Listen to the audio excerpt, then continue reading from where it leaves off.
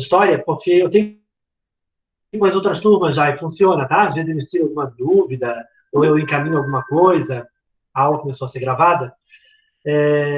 Então, facilita, até porque eu vou mandar para vocês, nesse grupo, o link do Classroom. Classroom é uma plataforma de sala de aula virtual em que dá para fazer provas, tá? Dá para fazer avaliações, e vocês podem mandar também as atividades pelo Classroom. As outras turmas já têm, a única turma que não tinha era o 6º ano, né? Então, eu montei a sala, eu vou mandar o link ali, e eu mando também um vídeo de como que entra no Classroom. Tá? Tem que ter um e-mail do Gmail, ou dos pais, ou de vocês, né? Um e-mail do Gmail para entrar no Classroom. Eu vou mandar um vídeo junto para mostrar como que entra.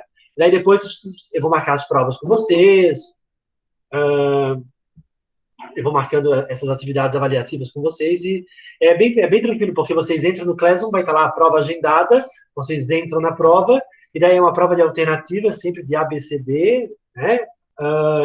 O único cuidado que tem que ter é que na hora que for marcar, por exemplo, tem que ter certeza, é essa aqui, porque não dá para desmarcar. Tá? E ele automaticamente já faz a correção, já dá a nota para vocês, já fica sabendo como é que vocês foram na prova, porque a gente precisa começar a fazer essas avaliações, porque a gente não sabe quanto tempo vai ficar, né, distante, ainda à distância, aula virtual, certo? Então, agilizem lá o grupo, me coloquem no grupo, eu mando para vocês o link e a gente começa isso. É porque o Egito a gente já começou, né, falar sobre o Egito Antigo na aula passada. Quem não estava na aula passada, a gente falou sobre o período pré-dinástico do Egito Antigo. Aqui, ó. Ele consegue enxergar? Sim. Sim. Sim. Período pré-dinástico do Egito Antigo, que vai... Cadê minha caneta? Ah, espera. Que vai até mais ou menos 3.200 antes de Cristo.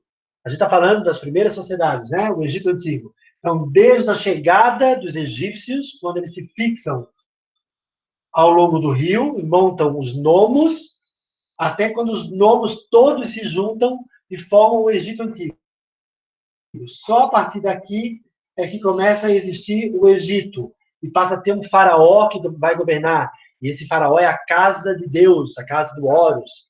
Então, não importa quem fosse o faraó, se era o Tutankhamon, se era o Amenófis, se era a Cleópatra, se era Hatshepsut, não importa quem era, que a Gabi ficou, inclusive, de pesquisar para mostrar na próxima aula, né? Falar sobre. Sempre era a casa do Deus. É como se o espírito de Horus entrasse naquela pessoa quando foi coroada. E os egípcios acreditavam que um faraó era um deus. Tanto que eles chamam de faraó. A palavra faraó significa casa de Deus. Eles não chamavam de rei. Eles chamavam de casa de Deus. Casa de Horus. E a gente viu como que eram as cheias do rio. E começamos a corrigir um exercício sobre o período pré-dinástico. André. Oi. A gente já botou no grupo já. A gente botou no grupo já. Tá no grupo. Já estou me sentindo incluído, então. Faltou uma questão do exercício que eu vou colocar aqui na janela para a gente terminar aquela correção. É esse daqui.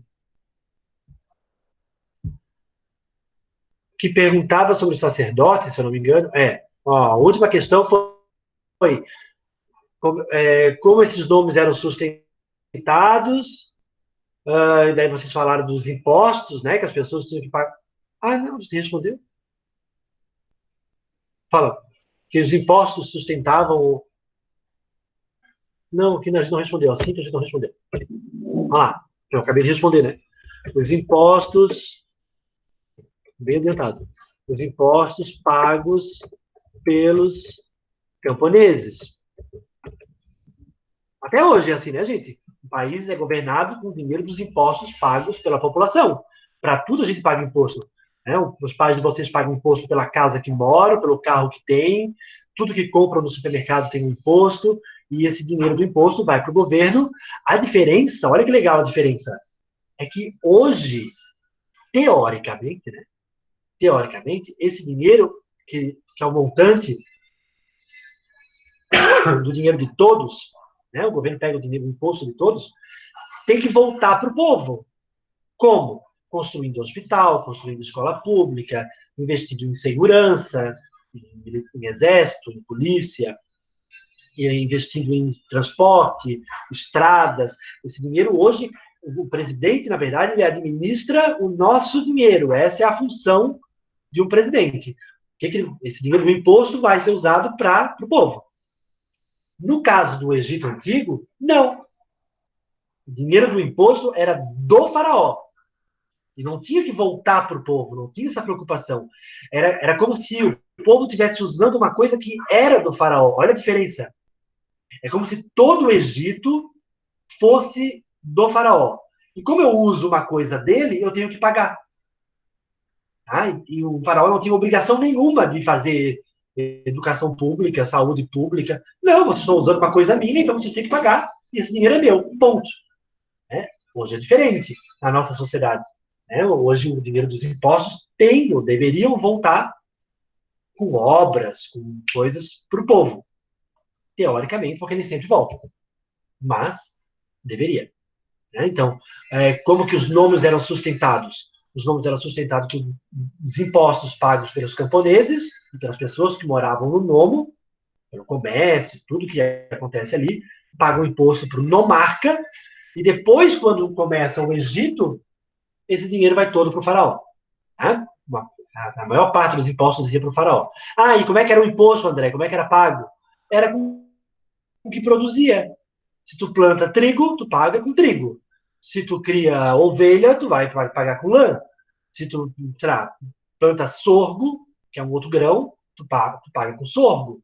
Não tinha uma moeda, tá? Não existia uma moeda ainda. Os egípcios não inventaram. Vamos ser um outro povo que vai inventar a moeda e é mais tarde.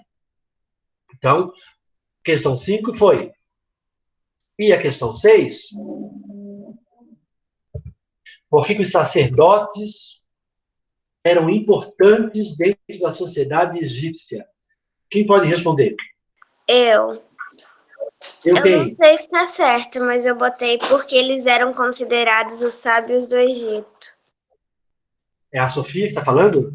A Vitória. É porque eles faziam as múmias.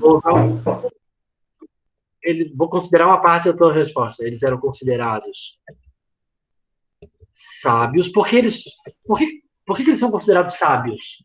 Porque eram eles que faziam as múmias. Tinha só um grupo de sacerdotes que fazia múmia, tá?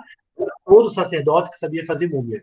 Eram só os sacerdotes de Anubis, aquele que fez a múmia do Osíris, né? O filho do Sete e da Nefte. Só os sacerdotes de Anubis é que sabiam fazer o processo de mumificação, que nós vamos falar depois. Mas tinham muitos outros deuses e muitos outros sacerdotes. Tinham sacerdotes de Osíris, de Ísis, de Sete, de Nefte, de Bastet, tinham vários outros deuses, porque eles eram politeístas. Você já sabe o que é isso, né? Tem muitos deuses, poli é muitos, teísmo é adoração, então eles adoravam muitos deuses. Então, eles eram sábios porque sabiam interpretar os sinais dos deuses. Por isso que eles eram tão sábios. Eles sabiam interpretar um sonho, porque eles achavam que era através do sonho que os deuses falavam com as pessoas. Né? Eles sabiam interpretar a natureza, os sacerdotes sabiam quando que o rio ia encher. Por exemplo, viam lá a estrela que aparecia e sabiam que o rio ia encher. Então, eles sabiam interpretar as coisas. Mas tem mais uma coisa que fazia os sacerdotes serem tão importantes. Por que para o faraó, o sacerdote é importante? Porque quando o rio ia encher, o sacerdote avisava para o faraó, né? Aí o faraó falava para o povo. Então, olha lá. Nesse caminho, é o Pedro que está falando? Não, Antônio. O Antônio. Para tem que identificar as vozes. E eram os sacerdotes sacerdotes que convenciam a população que o faraó era um deus. Por isso que eles são importantes. Os sacerdotes é que convenciam a população, os egípcios, que o faraó é um deus. Olha, dizer que o faraó é um deus, afirmar isso, é uma estratégia de controle. Vocês concordam comigo? Quem é um egípcio em sã consciência que vai se revoltar contra o faraó? Gente, se revoltar contra um deus. Se tu te revolta contra um deus, vai acontecer um monte de coisa ruim na tua vida. E naquela época acontecia um monte de coisa ruim mesmo. A maior parte das crianças morria, as pessoas passavam fome, tinha peste na agricultura. Claro, não tem hospital. Tá? As famílias tinham muitos filhos, porque não tinha nenhum método anticonceptivo. Não tinha anticoncepcional, por exemplo. Os egípcios inventaram uma camisinha. Tá? Existia uma camisinha no Egito antigo, feita com a pele da tripa do porco. Sabe a tripa, o intestino? Eles limpavam o intestino do porco e com aquela pele eles faziam uma espécie de camisinha. Só que quem é que tinha isso? Os nobres, os sacerdotes, o faraó, que nem usava camisinha, né, gente? Os pobres não usavam, não tinham acesso a isso. Então eles tinham muitos filhos. Tinha assim 15 filhos, 16 filhos. Só que dos 15, 5 viviam. A maior parte das crianças morria. A taxa de mortalidade na infância era muito grande. Porque eram muito pobres, não tinham o que comer, né, tinham que pagar muitos impostos, trabalhavam muito, tinha muitas doenças, não tem hospital, né, o dinheiro não volta em forma de hospital, dos impostos. Então, muitas crianças acabavam morrendo, né? E as pessoas acreditavam que isso eram castigos de deuses. O rio não encheu aquele ano, é um castigo dos deuses. Tem muita chuva naquele ano, é um castigo dos deuses. Teve uma peste na agricultura, é um castigo dos deuses. Eles não têm explicação científica para as coisas. Como eles não tinham explicação científica para as coisas, os deuses é que explicavam. Então, dizer que o faraó é um deus é um jeito de controlar o povo, porque o povo não se revolta contra o faraó.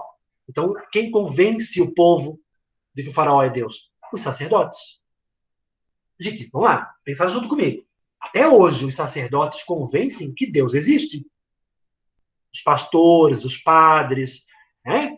De que existe um Deus. É a função deles convencer as pessoas da sua religião de que Deus existe. Tá? Não é uma estratégia de controle com relação ao governo, porque hoje a gente não acha que o governo seja Deus. A gente chama o Egito Antigo, marquem essa expressão, de uma monarquia teocrática absoluta. Marquem essa expressão, monarquia. Mon é um. Arquia, poder. Então, poder de um. Teocracia. Teo é Deus. Opa. Deus. Cracia. Tá difícil aqui o negócio, eu tô longe. Cracia é governo. Então, quem governa é um Deus. Absoluta, porque é o próprio Deus. Vocês vão ver que na Mesopotâmia, a gente vai estudar depois da Mesopotâmia, também era considerada uma monarquia teocrática. Só que não era o Deus, era um escolhido de Deus. É diferente. Também era um cara importante, imagina ser escolhido por Deus. Tu vais brigar com alguém que Deus escolheu? Não. Mas aqui, no caso do Egito, era o Deus. No caso do Egito, era Horus, o filho de Osíris e Ísis. Quem governava? O Osíris governava o mundo pós-morte e o filho governava o mundo terreno. Por sorte, o Horus venceu o Sete, segundo a mitologia, né? Bom, acho que agora terminamos essa parte da correção. Alguma dúvida? Estamos no período pré-dinástico ainda. Pré-dinástico é antes de formar o Egito Antigo, né? Isso, antes de formar o Egito Antigo, antes de ter um faraó. Porque dinástico, a palavra dinastia, Gabi, a palavra dinastia é uma família. Uma família que governava durante um tempo. Então, o pai foi faraó, o primeiro foi Menes. Alguns dizem que é lenda, tá? Que é meio história, esse negócio do Menes não está bem provado. Mas o Menes unificou o alto e o baixo. Ele era do alto e dominou o baixo, né? Esse que o alto dominou o baixo, para gravar isso. Depois, a família do Menes ficou governando durante um tempo. Depois, uma outra família tomou o poder.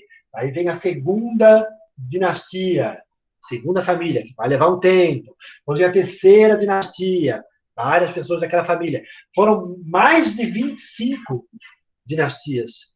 O Egito Antigo durou muito tempo, né? A gente vai ver agora, deixa eu compartilhar com vocês. André, você consegue voltar lá, que eu estava anotando absoluta, porque não sei o que daí você tirou? Consigo voltar lá? Consigo. Meio burocrático, mas eu consigo. Aqui. Olha lá. Registrem isso, hein? A monarquia teocrática absoluta. Eu espero que vocês estejam com o caderno em mãos. Uma aula, gente. Vamos lá. Caderno, livro na mão. Bora trabalhar. Monarquia teocrática absoluta. E o Egito, inclusive, era considerado uma propriedade do faraó. Óbvio, ele é Deus. Né? Os deuses fizeram o Egito. Foi de Osíris, da parte de Osíris, que nasceram os nomos. Então, é do faraó. Tudo é do faraó. Então, é justo vocês darem uma parte daquilo que vocês produzem para ele. Prof, no Word, eu não sabia que era para escrever no caderno. Ah, tudo faz. Desde que tu tenha um registro aí do que significa, ou entenda, né? Essa palavra teocracia, vai aparecer bastante ainda na história. Não, o governo de Deus. Governo. Olha lá. Eu vou compartilhar com vocês agora um vídeo que mostra o Nilo e o Egito Antigo. Uma parte do Egito Antigo. Aqui.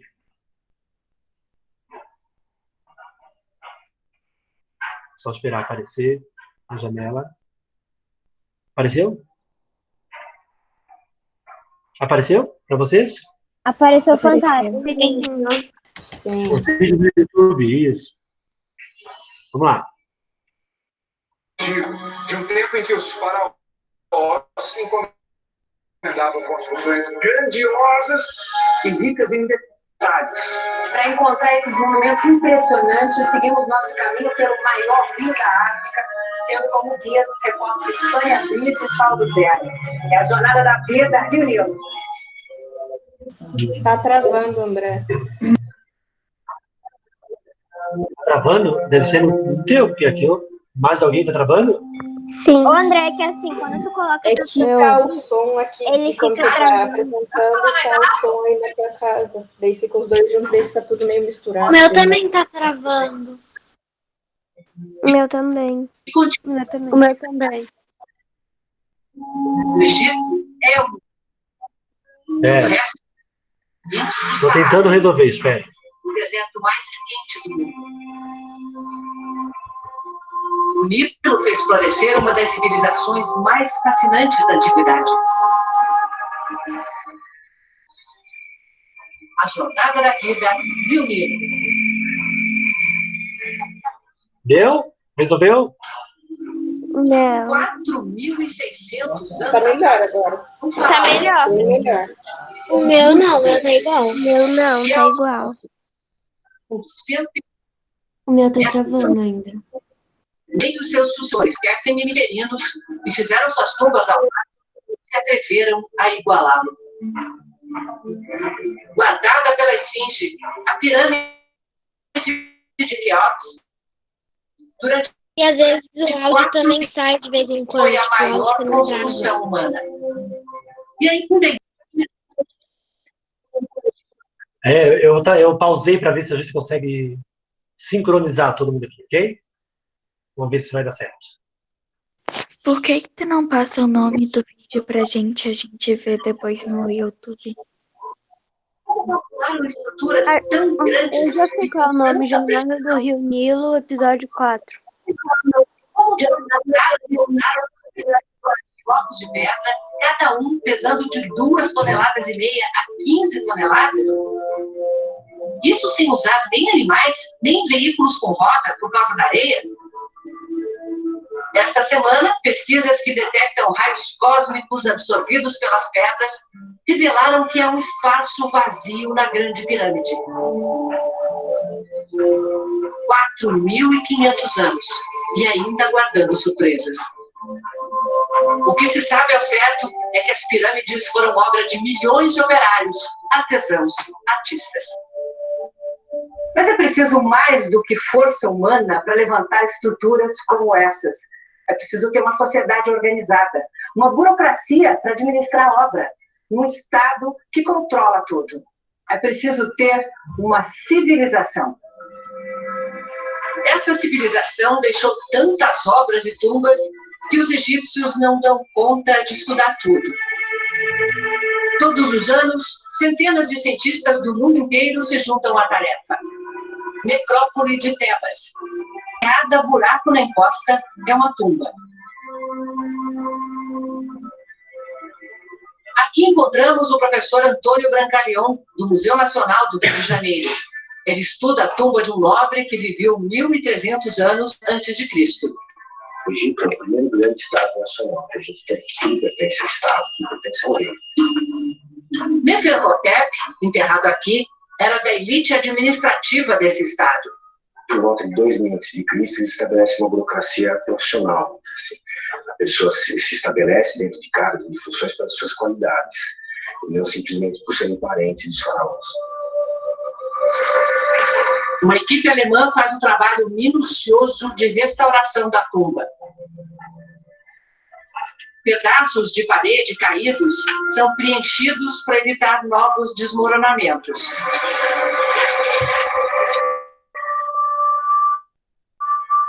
O laser remove milênios de sujeira acumulada. Milímetro a milímetro, a tinta escondida ganha vida.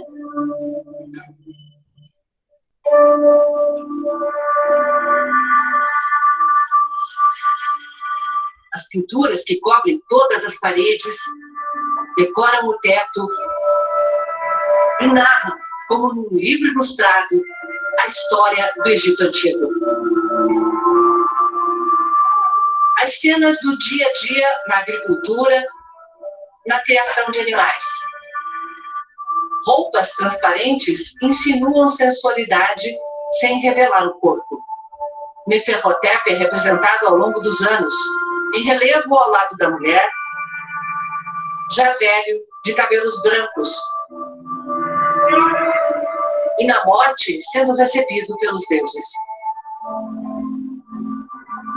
Esses dois está escrito justo que vós. Quem fala a verdade. Os desenhos e símbolos são hieroglifos, a escrita do Egito Antigo. Então, só quando a gente começou a ler os hieroglifos, é que a gente começou a entender os egípcios pelos egípcios. E não porque os outros falavam deles. A escrita era tão importante que o faraó só podia assumir o trono se soubesse ler e escrever. Ele comandava um exército de escribas e, por sua vez, controlava tudo o que se passava no reino.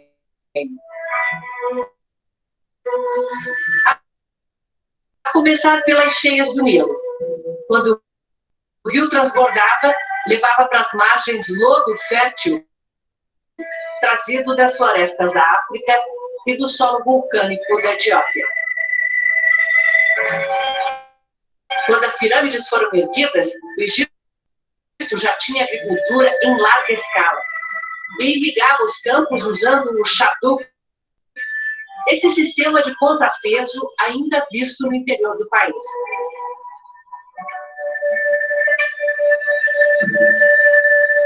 O trigo era a principal cultura.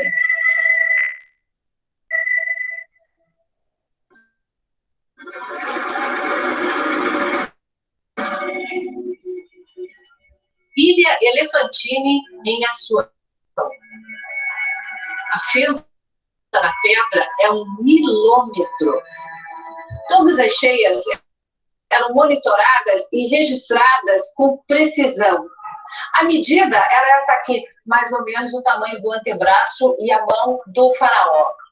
Quanto maior a cheia, mais terra fértil chegava, maior a produção agrícola.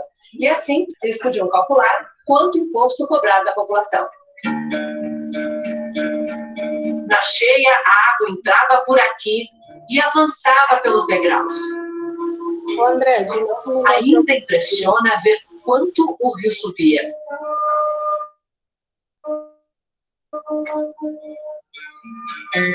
Ilustrado na parede, os coletores e os guardas, grãos e rebanhos eram durante a cheia, os campos. O que foi, Gabi? Não, a Vitória deu a ideia de se tentar desligar o teu microfone, se vai estar o som só num dos lugares, porque fica o som da tua casa e de quando você está apresentando, fica tipo tudo meio misturado, daí fica, não dá para entender direito. E a Vitória deu a ideia de desligar o teu microfone. Ô, prof, depois pode voltar lá para aquele negócio que você tinha anotado as coisas? A folha da correção eu mando para vocês depois. Tá? Eu posso indicar o vídeo, então, gente, para vocês. Indicar o vídeo para vocês verem ali essa parte do Nilo que me interessava, que falava da cheia, viram como é que eles controlam a cheia do rio, para aquelas marcas ali, e dependendo de até onde o rio enchia, era até onde alagava e fertilizava. Esse rio, na verdade, o rio Nilo. Eu botei caneta de novo. Será possível? O rio Nilo, que na verdade são dois, tá?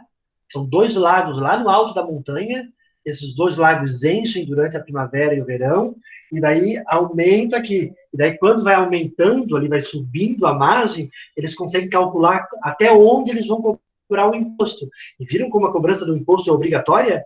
As pessoas que se recusavam a pagar o imposto, os camponeses que se recusavam a pagar o imposto, apanhavam, podiam até morrer. O faraó podia matar. Porque a terra é do faraó. O entendimento é esse, né, dos egípcios. E não ia só o coletor de imposto, ia também o guarda, caso a pessoa se recusasse a pagar o imposto.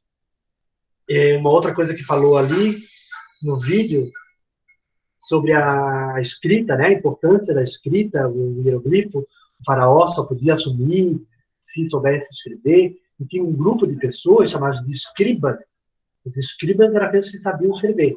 E tem uma coisa interessante das profissões na antiguidade, é que elas são hereditárias.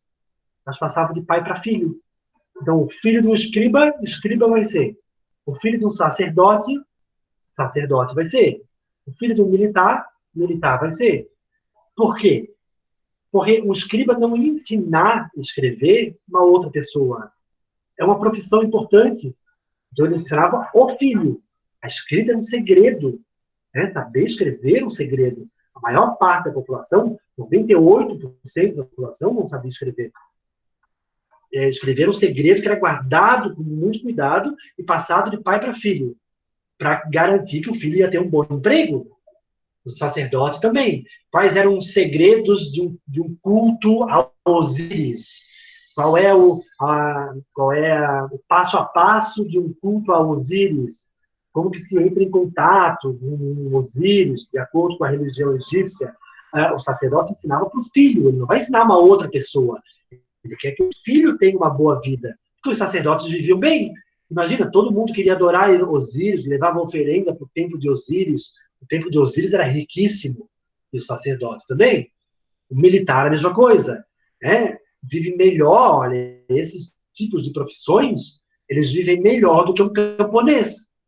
Um camponês, um felá, eles chamavam de felás. Os camponeses tinham uma vida muito dura. Porque tinham que plantar, colher, trabalhar na agricultura, tinham que pagar muitos impostos, e ainda podiam ter uma peste, e ainda assim ter que pagar imposto na agricultura, né?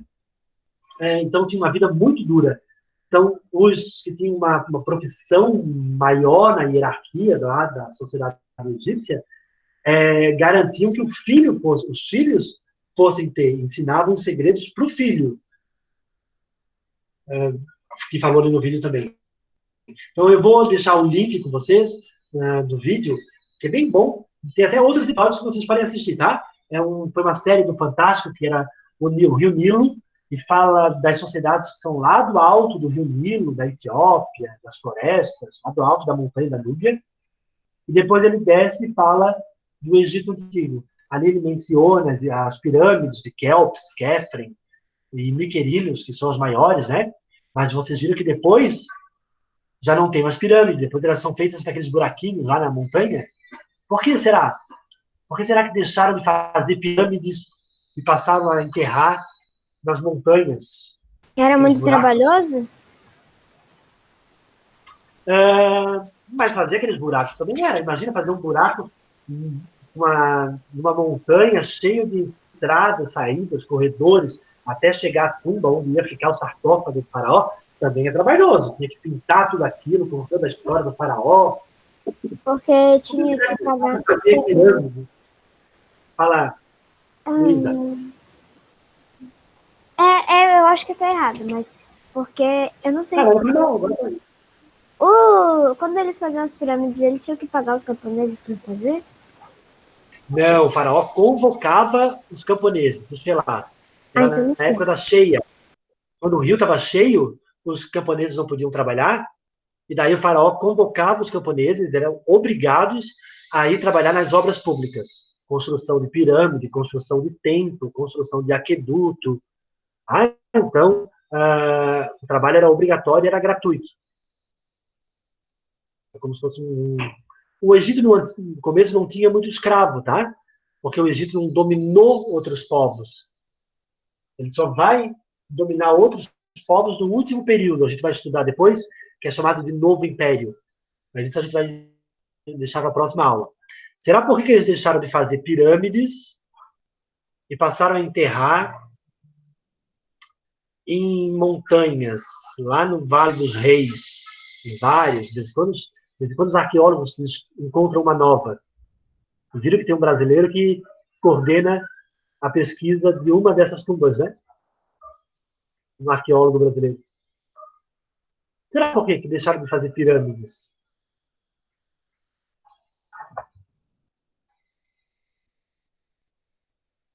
Porque era muito trabalhoso? Ô, prof. Fala. A Luísa soprou aqui, não sei se está certo. Mas que os corpos faziam muito cheiro dentro da pirâmide e eles tiveram que trocar porque quem entrasse morria. Ele faria cheiro na montanha também. E a pirâmide é maior do que a pirâmide é maior do que a montanha. Na verdade, é assim, quer ver? Ó, a pirâmide é uma tumba. É um túmulo. Okay? O sarcófago, inclusive, não ficava dentro da pirâmide, ficava embaixo da pirâmide. A pirâmide é um sarcófago, é uma tumba, é como se a gente fosse no cemitério hoje, não tem aqueles túmulos de mármore, aquelas caixas de mármore no cemitério. Quem já foi no cemitério sabe disso. As pessoas não estão enterradas dentro daquela parte de mármore, estão embaixo, na terra. A mesma coisa no Egito Antigo. Eles faziam essas pirâmides com uma tumba para o faraó. Era uma forma de demonstrar poder. Uma obra gigantesca. Aquele faraó foi um faraó muito poderoso. É tanto que a gente usa a expressão obra faraônica hoje em dia. Se um governante faz uma obra muito gigante, a gente costuma dizer que ele gosta de obras faraônicas. Obras muito grandes, porque elas mostram que era um faraó poderoso ou um governante poderoso hoje em dia. Se vocês prestarem atenção, por exemplo, nenhum prefeito se preocupa com o sistema de esgoto. O sistema de esgoto não aparece. Quem é que vai saber que ele fez? Ele quer fazer viaduto, elevado, túnel. Ele quer fazer essas obras que são obras faraônicas. E todo mundo vai lembrar daquele prefeito. Essa expressão obra faraônica vem daí. Os faraós, no começo do período dinástico, porque antes não tinha faraó, eles vão fazer essas pirâmides para mostrar o poder que eles tinham. Tanto que a competição é quem fazia maior a pirâmide. Só que o problema é que depois, no período dinástico, o Egito vai ser invadido. Os Ixos, povo chamado de Ixos, vão invadir o Egito. E eles vão descobrir que dentro da pirâmide está cheio de riqueza. Porque o faraó, quando morria, ele era colocado dentro da pirâmide, e junto com ele colocava todas as riquezas que ele queria levar para a vida pós-morte. Então, quando eu morrer, eu quero levar tudo que eu tenho para mim para o céu. Então, tinha muito ouro, muita prata, muita comida, muita bebida. E os Ixos, quando descobriram isso, saqueavam as pirâmides, roubavam as pirâmides. E daí os faraós que vieram depois perceber, bom, não dá para a gente fazer pirâmide, né?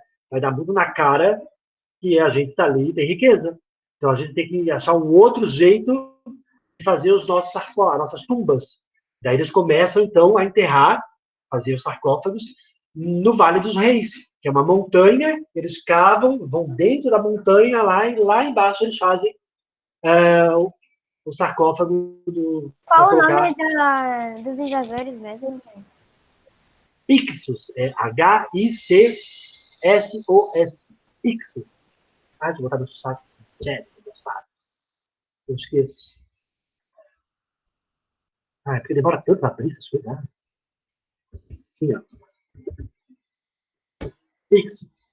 Eles vão invadir, a gente vai falar sobre eles na próxima aula, o Egito Antigo, e vão começar a roubar as pirâmides. Mas eu deixei uma tarefa para vocês, que a gente não vai falar sobre ela ainda, que é por que, quando eles faziam pirâmide, que é aqui no Antigo Império, só nesse período que eles faziam pirâmide, por que era em forma de pirâmide? Não é para responder ainda. Por que não era um quadrado, um retângulo, uma esfinge? Por que era uma pirâmide? Cisma que eles tinham com pirâmide? E de onde que veio essa ideia de fazer múmia? Para que fazer múmia? Como que se fazia uma múmia? O que eles achavam? Precisava de uma múmia? Será que todos achavam isso? Eu quero uma múmia? Isso a gente vai falar nas cenas dos próximos capítulos dessa novelinha conhecida como história. Né? Tarefa de vocês para a próxima aula, que é sexta-feira. Marca aí, hein? Lápis na mão. Lápis tá aí, porque a aula está quase acabando. Faltam 7 minutos. Cadê? Faltam 2 minutos, André. 2 minutos? Ó, página 113 e 114. Ah, eu perdi a caneta de novo. Será que ela foi parar? Página 113 e 114 é a tarefa. Alguém coloca no grupo. Deixa eu só confirmar. A Ana Luísa não apareceu? Não. A Ana Luísa não apareceu. O Giovanni não apareceu. E a Maria Eduarda não apareceu. Oi, a Duda veio. Ah, a Duda veio? Ó, a Duda veio, levar um faltão aqui. Então, só a Ana e o Giovanni. Alguém fala para o Giovanni, para aquele cara de pau, ele vir na minha aula de história, não é assim? O Teodoro também tá. João Teodoro tá aí? Tá, ele estava aí, ele entrou. Ele até falou contigo. João? André? Oi? Oi, Nick. Eu acho que eu sei porque eles faziam as múmias e as pirâmides. Não, o João não tá. Cenas dos próximos capítulos. João não tá mais? Saiu?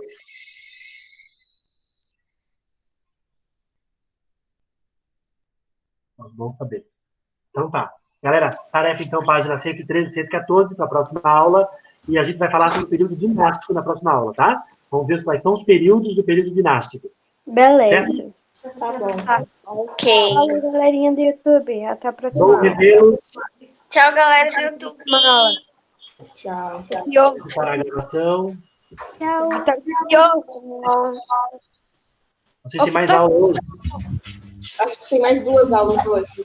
Mais 2. Daqui a 5 minutos é a próxima aula. É a vida voltando ao normal, tá vendo? Mesmo Daqui a virtualmente, 5 minutos tem mais uma aula. 15, Vitória. A próxima.